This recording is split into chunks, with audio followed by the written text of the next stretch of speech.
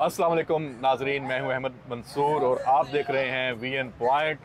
आज फिर नाश्ते पर हमने ये बैठक सजाई है और मैं समझता हूं कि जो फीडबैक आ रहा है वो हमारी बड़ी हौसला अफजाई हो रही है। बड़ा सीनियर तरीन जो सहाफ़ी हैं, तज्ज़ियाकार हैं, वो हमारे पैनल में शामिल हैं। जावेद सोमरो, फैसल हकीम, जनाब नदीम चौधरी और तैयब बलोच।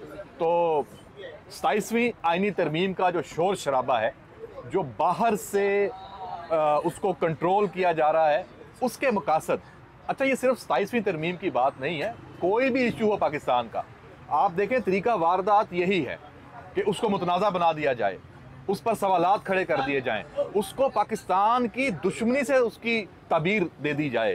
तो ये क्यों है? ये सिर्फ डॉलर स्कोरी है। लेकिन हम 27वीं तरमीम के हवाले से जो खदशात, सवालात जो उठाए जा रहे हैं, उनका जवाब तलाश करने की कोशिश करते हैं। ख़ास तौर पे जो आर्टिकल 243 का मामला है, और ये कहा जा रहा है, ये तासुर दिया जा रहा है कि पाकिस्तान में जो एटमी कमांड है वो सिविलियन इख्तियार से ली जा रही है, और इसी तरह जो एयर फोर्स है, जो नेवी है, उसको भी, उसके इख्तियारात भी कम किए जा रहे हैं, और कमांड एक जो है वो आर्मी के जो है, जो चीफ ऑफ डिफेंस फोर्सेस के हवाले से ये बात की जा रही है। तो जनाब शुरू करते हैं तैयब बलोच साहब। या वक्त के तकाज़ों के मुताबिक हम अपना जो कौमी सलामती के मामलात है या जुडिशरी के मामलात है, ये 27th अमेंडमेंट जो है, ये बेसिकली दो इदारों की आप कह सकते हैं रिस्ट्रक्चरिंग है, जुडिशरी की है, डिफेंस की है। तो आप जो है वो तनकीद की जी, चीज़ें तो ठीक है, हम जो है वो इंटेंशन जो है वो देख रहे हैं। अब भाई आप कौन होते हो कि किसी की इंटेंशन को देखने वाले, कि भाई इसमें इंटेंशन वो कहते हैं बुरी है, बाकी चीज़ें ठीक है, मान भी वो रहे हैं, लेकिन वो इंटेंशन, अब उनकी इंटेंशन, सॉरी टू से, उनकी इंटेंशन जैसे आपने कहा कि कमर्शलाइजेशन पे खड़ी है, वो डॉलराइजेशन पे है, या उनकी इंटेंशन जो है वो शुरू ही जो है वो कैदी नंबर 804 से होती है और ख़त्म भी वहाँ पे होती है। वो रियासत की जानिब से जो भी कोई काम पॉजिटिव किया जाता है, वो उसको भी जो है उसमें भी नेगेटिविटी लेके आते हैं या कोशिश करते हैं। मैं इसकी देखिए सबसे बड़ी अहम बात जो है वो ये है कि वो चूँकि हकीकत तो ये है कि जो तनकीद कर रहे हैं या जो इस पर दूर की कोड़ी लेके आ रहे हैं या मुख्तलिफ किस्म के जवाब घड़ रहे हैं, वो जो है वो तो रियासत को नहीं मानते। सॉरी टू से, ये मैं नहीं कह रहा, ये हकीकत है। ये वो सुहेल अफरीदी जिनको उन्होंने अपना नया माचूमैन बनाया हुआ है खैबर पख्तूनख्वा के अंदर, और जो खुद जो है पाकिस्तान की सिक्योरिटी फोर्सेस में जिसने इतनी बड़ी इल्ज़ामात लगाए हैं, उसको वो तो खुद कहता है असम्बली में खड़े होके कि जी हमारी स्टेट जो है, रियासत जो है वो इमरान खान है। तो जिनका जो इंडिविजुअल को रियासत से बालातर समझते हैं, वो रियासती आइन, रियासती कानून को वो कैसे मानेंगे? मुंह से फिर पार्लिमान की बालादस्ती की बात करते हैं। अच्छा, आप जब एक तरफ कहते हैं कि फैसले पार्लिमान में होने चाहिए, जब आईनी तरमीम वहाँ जेर बहस है और जिसकी अक्सरियत है 2/3 अक्सरियत से अगर वो पास होती है, तो आप चंद जो आवाजें हैं वो कैसे अपने आप को मुसल्लत करना चाहती हैं कि सिर्फ हमारी मानी जाए? अच्छा, बात कौन कर रहे हैं? वो कल से ट्रेंड चल रहा है, हम नहीं मानते इस दस्तूर को। भाई दस्तूर को मानने न मानने वाले आप होते कौन हो? सच तो ये है कि ये हमारी बिगड़ी हुई नस्ल है। ये जो एक पूरा एक जिसको कल्ट कहा जाता है, एक टोला जिसको क्रिएट किया गया, ये हमारी नस्ल में बिगाड़ की वजह से पैदा हुआ, और उनका खमीर ही जो है वो जमहूरियत दुश्मनी और आइन दुश्मनी पे मुंतज होता है। और अगर आप हकीकत पूछे कि अगर इनके खिलाफ, मैं नहीं कह रहा, सुप्रीम कोर्ट ऑफ पाकिस्तान का फैसला मौजूद है, जावेद सोमरू भी इस चीज़ को ऑन करेगा क्योंकि वो सुप्रीम कोर्ट के मैटर को जानते हैं कि सुप्रीम कोर्ट के जजेस ने अपने नोट्स लिखे हैं कि बानी पीटीआई इमरान खान जब वजीर आजम थे और उस वक्त के सदर आरिफ अलवी, इनके खिलाफ आइन के आर्टिकल, और कासिम सूरी, इनके खिलाफ आइन के आर्टिकल 6 के तहत कार्रवाई की जाए कि इन्होंने आइन शिकनी की, और उसने पूरे के पूरे पार्लिमान को, जो अपने पार्लिमान की पलट थी, पूरे के पूरे पार्लिमान को तहस नहस कर दिया था। अब भला वो हमें सिखाएं कि आइन क्या है, वो हमें बताएं कि कौन सी चीज़ दुरुस्त है, कौन सी चीज़ गलत है। और बाकी ये है कि सबसे अहम चीज़ कि मुझे ये खुशी होती है कि हमारी रियासत जो है वो अब आके उसको एहसास हुआ है कि भाई दुनिया में मल्टी मॉडल वारफेयर सिस्टम नाफिज हो गए, दुनिया के में जो है वो हाइब्रिड वार सिस्टम जो है वो लॉन्च हुए हैं। दुश्मन आज आपके मुल्क के अंदर आपके लोगों के अंदर घुस के यूनिफॉर्म के अलावा डेटाबेस में और इन चीज़ों में आप पर हमलावर होता है, तो उसका आपने तोड़ क्या करना है। तो पहली दफ़ा हमने देखा कि हमारा जो चेन ऑफ कमांड है, हमारा जो कंट्रोल सिस्टम है, हमारा जो दिफा है, उसको जदीद वक्त के तकाज़ों के मुताबिक हम आहंग किया जा रहा है। और शायद वो प्रोपेगेंडा जी, वो एटमी कमांड जो है, वो भाई आप होते, आपको पहले क्या और कौन सा पता है कि एटमी कमांड किसके हाथ में है। भाई हम तो वो मुल्क है जिसके ऊपर पूरी दुनिया ने पहले प्रोपेगेंडा किया कि पाकिस्तान के जो न्यूक्लियर एसेट्स हैं वो जो है वो हैं, मतलब किसी के भी हाथ लग सकते हैं। लेकिन फिर हमने पूरी वर्ल्ड को बतलाया, और आज अमेरिका से मैं पूरी दुनिया जो है वो ये कहती है कि सबसे दुनिया में अगर सिक्योर किसी के जोरी असासे हैं तो पाकिस्तान साहब से मैं ये सवाल यही रखूंगा। देखें, जो पॉलिसी होती है आपकी एटमी कमांड के हवाले से, वो सिविलियन के पास थी, नेशनल कमांड अथॉरिटी, वो तो इस आईनी तरमीम के बाद भी मौजूद होगी। तो जो ऑपरेशनल मामलात हैं वो तो इस आईनी तरमीम से पहले भी फौज के पास ही थे ना, उसको मजीद मजबूत किया गया है। तो अभी भी जो नेशनल स्ट्रेटेजिक जो कमांड बनाई जा रही है वो तो ऑपरेशनल मामलात के लिए है। आप इससे पहले आपके पिछले एक जो फिक्र है उस पर जाऊंगा कि कल जो सेनेट के अंदर तकरीर हुई, उसमें अपोजिशन की जानिब से जितने भी तकरीरें कही, किसी भी एजेंडे के या आइन के हवाले से उन्होंने स्पेसिफिक कोई किसी पे एतराज़ नहीं किया। वो सिर्फ तकरीर ही करते रहे और एतराज़ात ही करते रहे, लेकिन स्पेसिफिक किसी भी आइनी शिक के हवाले से कोई गुफ्तगू नहीं हुई। इसका मतलब ये हुआ कि वो इन चीज़ों को मानते हैं।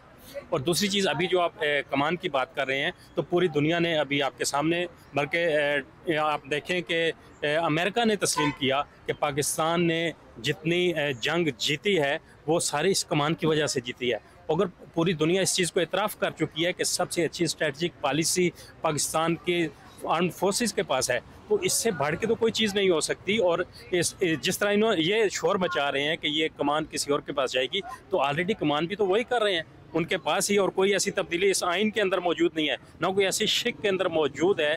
तो इस पे वो शोर करना, बुनियादी तौर पर ये वो यूट्यूबर्स हैं जो सिर्फ डॉलर्स के चक्कर में बैरून मुल्क बैठ के पाकिस्तान का इमेज ख़राब कर रहे हैं। और इस पे अब हमको और पाकिस्तान गवर्नमेंट को सोचना होगा कि पाकिस्तान का इमेज बाहर बैठ कर जो ख़राब कर रहे हैं उनके खिलाफ कार्रवाई ज़रूर होनी चाहिए। वैसे ये जो वीलॉगर्स की और उनकी आपने बात की है, ये आप नहीं समझते कि अभी तक हमारी रियासत यहाँ कमज़ोर है? हम कहते आ रहे हैं कब से कि जनाब इनके खिलाफ कार्रवाई होनी चाहिए, आइन और कानून के तहत, होती नहीं है। तो आइन में तरमीम तो चलो हो रही है, तो क्या आप समझते हैं या आपका कि यह मुतालबा है कि ये कार्रवाई नज़र आनी चाहिए? जी बिल्कुल नज़र आनी चाहिए। देखें, ये पाकिस्तान के अंदर जो पाकिस्तान का इमेज है इंटरनेशनल लेवल पे, उसको जो ख़राब किया जा रहा है, ये बेसिकली पाकिस्तान नहीं, ये हमारी बदनामी हो रही है, ये पाकिस्तान की कौम की बदनामी हो रही है। तो इस पर हुकूमत को सोचना चाहिए कि जो वो नैरेटिव जो पाकिस्तान के हक़ में हो वो चलना चाहिए, पाकिस्तान के ख़िलाफ़ जो नैरेटिव है उसको हर सूरत रोकना चाहिए और उन अफराद के खिलाफ कार्रवाई होनी चाहिए। कार्रवाई कर लेती है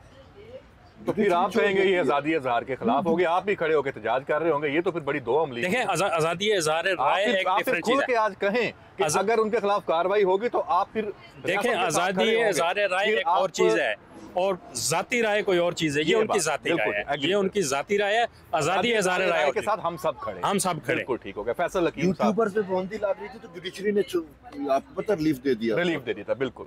फैसल हकीम साहब, जो इस सवाल का जवाब पहले दें, फिर एक और सवाल भी आपके लिए मेरे जहन में मौजूद है।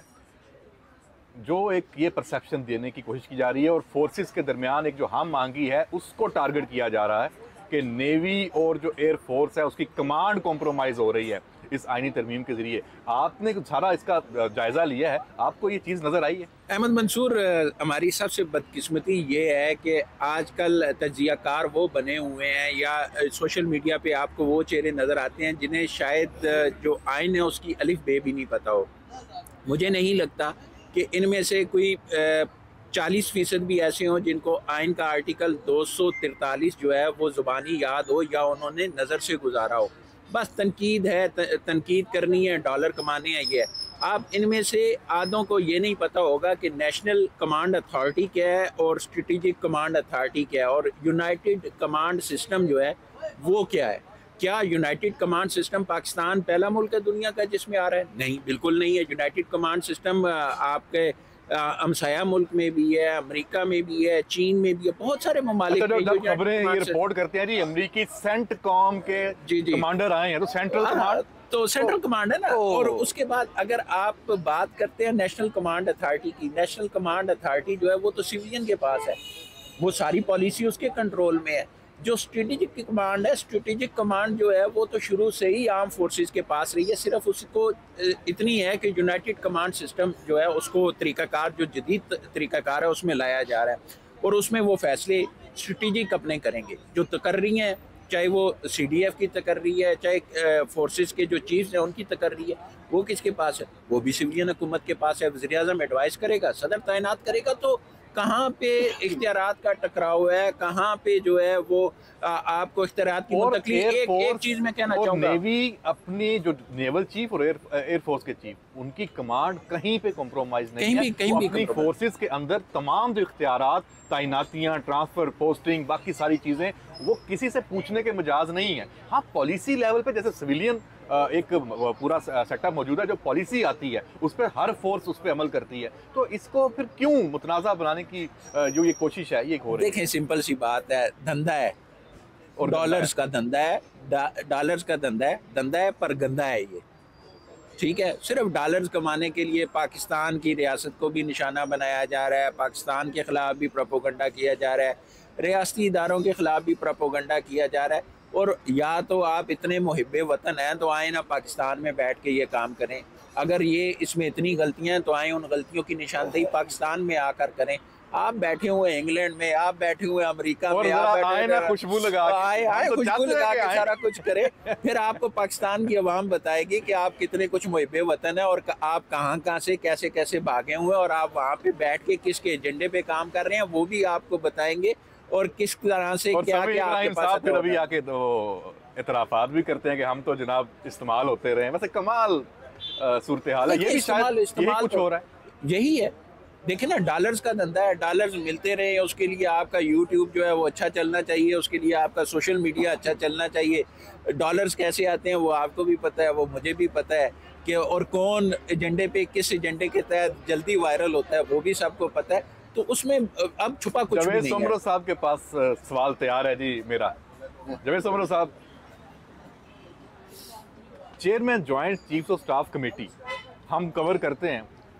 अब ये बहस इन लोगों के लिए तो बड़ी नई है कि जी उस ओहदे को ख़त्म किया जा रहा है।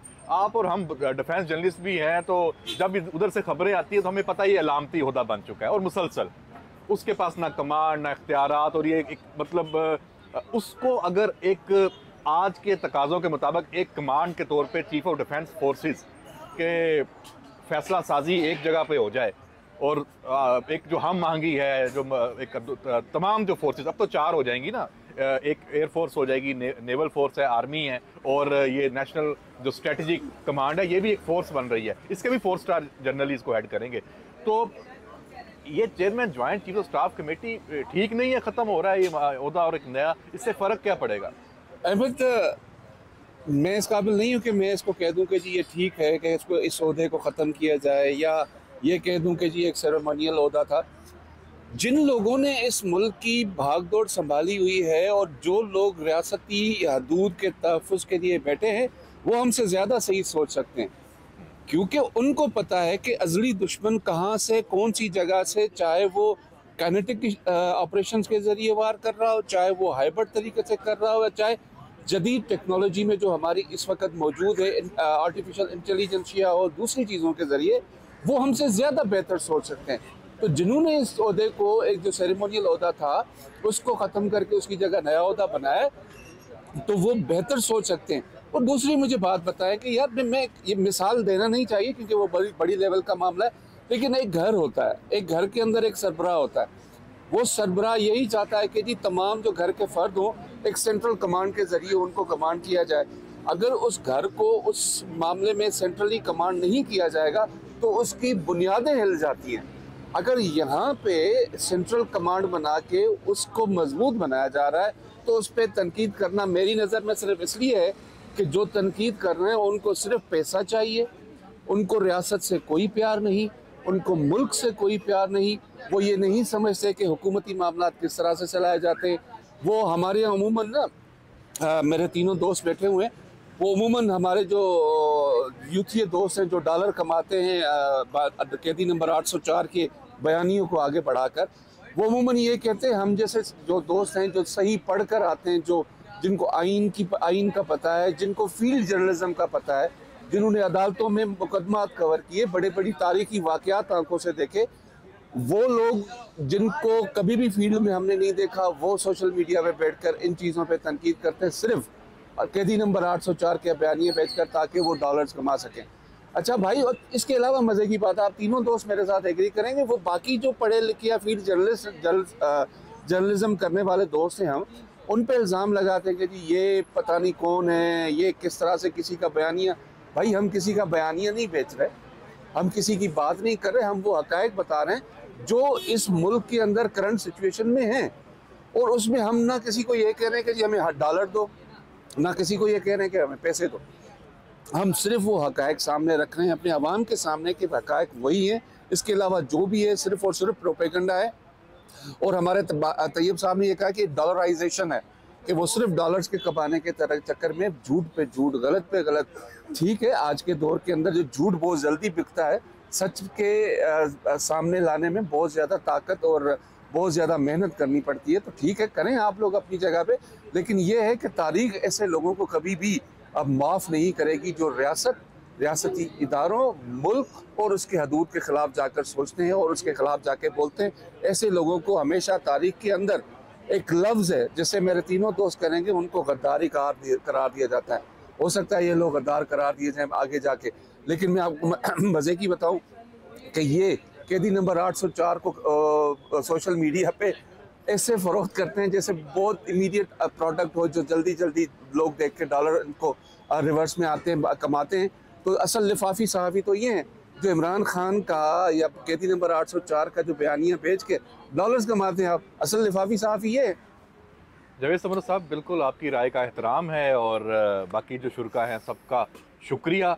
नाजरीन, जो ये आइनी तरमीम में ये 243 का जो आर्टिकल है उसमें तरमीम का मामला है, उसमें एक आखिर में मैं ये ज़रूर कहना चाहूँगा कि जो फील्ड मार्शल का जो एजाज़ी ओहदा है उसको और जो हमारी फोर्सेस की जो कमांड में इस्लाहात हैं उसको मिलाया जा रहा है। हालांकि दोनों का आपस में बिल्कुल कोई ताल्लुक़ नहीं है, वो एक बिल्कुल एक ज़रूरियात और उसके तहत, और फील्ड मार्शल का जो होता है वो एक एजाज़ी है और वो एक समझ लें कि उनके लिए भी एजाज़ है, पाकिस्तान की कौम के लिए भी एजाज़ है कि हमारे मुल्क ने मार्का हक में जो कामयाबी समेटी और दुनिया में आज हम उसी के जो सम्राट हैं उसको लेके आगे बढ़ रहे हैं। तो ये दोनों चीज़ें बिल्कुल अलग हैं और ये आइनी तरमीम तो यकीनन पार्लिमान में तकरीबन सूरत हाल वाज़ेह है, ऐसे हमारे सारे दोस्त भी जानते हैं कि ये पास हुआ चाहती है। तो तनकीद है, ये होती रहेगी, लेकिन इस तनकीद का जवाब हमें और हर उस पाकिस्तानी को देना है जो समझता है कि ये तनकीद नहीं है, ये पाकिस्तान के खिलाफ साजिश है। इजाज़त दीजिए, अल्लाह हाफिज़।